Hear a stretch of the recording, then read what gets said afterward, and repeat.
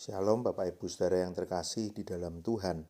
Bersyukur di masa mempersiapkan diri untuk menyambut Jumat Agung dan Paskah, kita akan boleh mengikuti doa puasa dan kita boleh bersama-sama mempersiapkan hati kita untuk boleh mengarahkan hati kepada Kristus yang mau berkorban untuk kita, yang mau memberikan nyawanya untuk kita.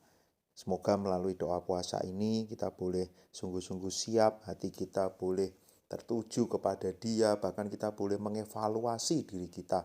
Bahkan kita juga boleh menaikkan setiap doa kita, permohonan kita juga kepada Tuhan.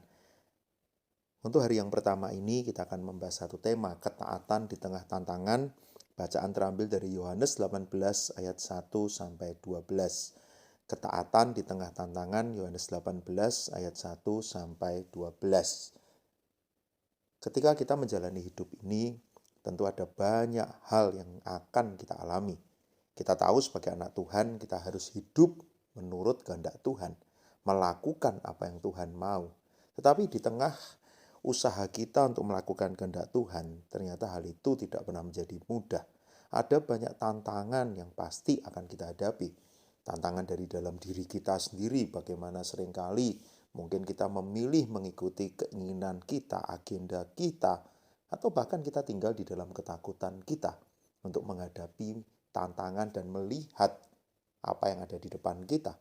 Tetapi kita juga bisa mengalami tantangan dari luar diri kita, dari orang-orang di sekitar kita yang mungkin memberikan nilai yang berbeda, mengarahkan hal yang berbeda, bahkan menawarkan hal-hal yang mungkin bisa menggoyahkan apa yang kita percayai. Bahkan ketika kita mau taat melakukan kehendak Tuhan, ada orang-orang yang mungkin tidak suka dengan apa yang akan kita lakukan. Karena itu di tengah segala tantangan ini, apa yang kita bisa lakukan? Dari bacaan ini, ketika Yesus sudah mendekati masa-masa terakhir dari hidupnya di dunia, bacaan ini menunjukkan bagaimana Yesus akan segera ditangkap.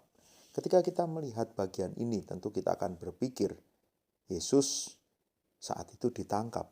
Yesus saat itu mengalami keadaan yang mungkin bagi manusia seolah-olah ini kalah. Tapi kalau kita melihat bagian ini, dia bukan kalah. Bahkan di Yohanes 18 ayat 4, maka Yesus yang tahu semua yang akan menimpa dirinya, maju ke depan dan berkata kepada mereka, siapakah yang kamu cari? Saudara, bahkan di tengah tantangan ini ada satu hal yang ternyata Yesus tunjukkan. Ketika dia ditangkap bukan kekalahan. Karena justru kita bisa melihat Yesus memegang kendali. Dia tahu kehendak Bapa itu harus dilakukan.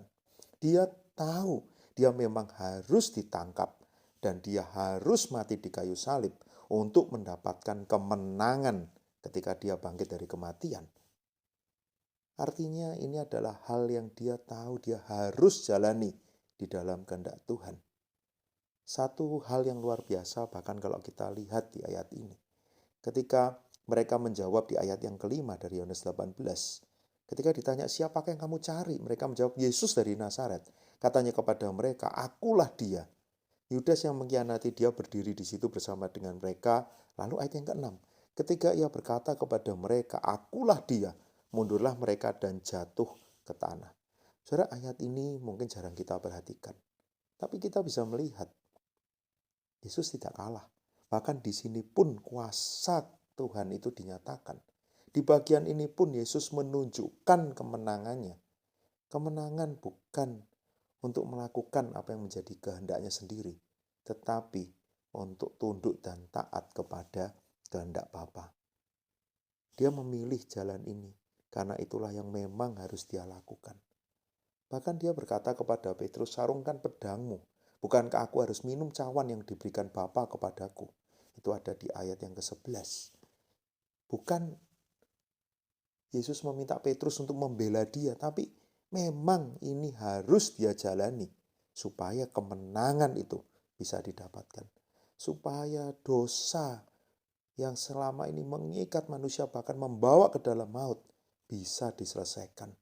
Dan inilah bukti kasih Allah kepada setiap orang percaya, kepada anak-anak yang dikasihinya. Saudara, Tuhan memegang kendali. kehendak Bapa itu ketika akan dilakukan. Tentu bukan hal yang mudah dan ada tantangan. Tapi ketika kita melihat Yesus pernah ada di jalan itu, ketika dia mau menyelesaikan masalah kita di dalam dosa, Tuhan yang sama tentu juga memegang kendali akan hidup kita. Ketika kita mau sungguh-sungguh hidup di dalam kehendak Bapa. Ketika kita bukan mencari kenyamanan kita sendiri, kehendak kita sendiri, rencana kita sendiri. Ketika kita mau berjalan di dalam kehendak Bapa, biarlah menjadi keyakinan kita. Dia pun memegang kendali atas hidup kita. Dia tidak akan meninggalkan kita. Dia akan terus menolong. Bahkan kita tahu sebagai orang-orang yang dikasihinya, orang-orang yang sudah ditebus melalui pengorbanan Kristus, Roh Kudus pun saat ini menolong kita, menuntun setiap langkah kita. Pertanyaannya, maukah kita sungguh-sungguh taat melakukan kehendak Tuhan? Taat meskipun ada banyak tantangan. Taat berserah kepada Tuhan. Dan kemenangan kita, bahkan kemenangan setiap hari-hari demi hari di dalam perjalanan iman kita. Kemenangan karena kita hidup melakukan kehendak Bapa. Apapun tantangan yang kita hadapi. Mari kita mengambil waktu untuk berdoa. Kita boleh merefleksikan bagian firman Tuhan ini. Apakah kita sudah taat melakukan kehendak Bapa? Apakah kita sudah yakin bahwa Tuhan yang memegang kendali, Tuhan yang akan menolong, Tuhan yang akan beranugerah dan memampukan kita untuk taat di tengah segala tantangan yang harus kita hadapi. Mari kita mengambil waktu untuk berdoa.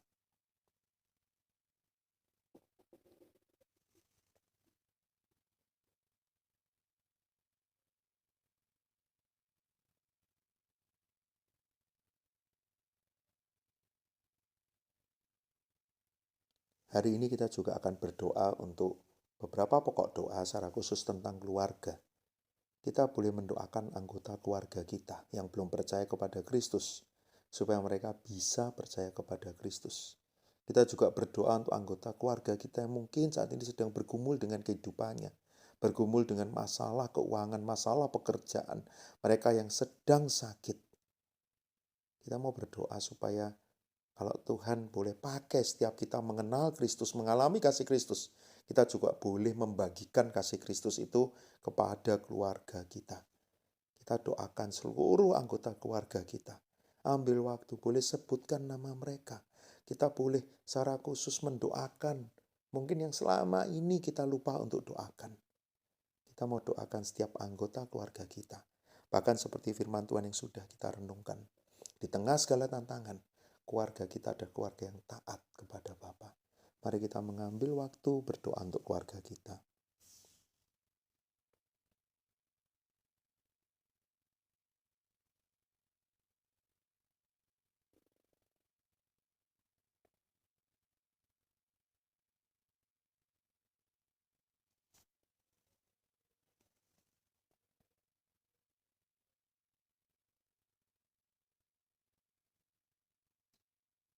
Bapa di surga, kami menyerahkan setiap kami pribadi demi pribadi.